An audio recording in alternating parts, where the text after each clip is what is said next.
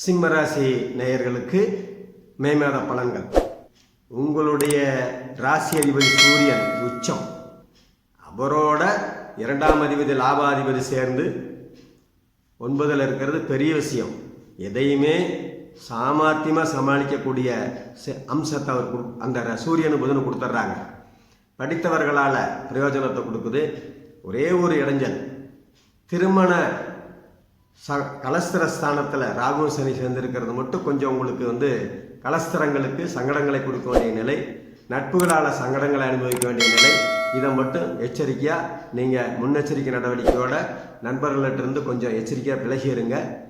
மற்றபடி சுக்கிரன் உங்களுக்கு சாதகமாக இருக்கார். பூர்வ புண்ணியாதிபதி குரு உங்களுக்கு கேந்திரத்தில் நல்ல இடத்துல இருக்கார். கவலைப்படாதீங்க, அவர் பார்த்துக்குவார். உங்களுடைய நிலை நல்லாவே இருக்குது, கவலைப்பட வேண்டாம்.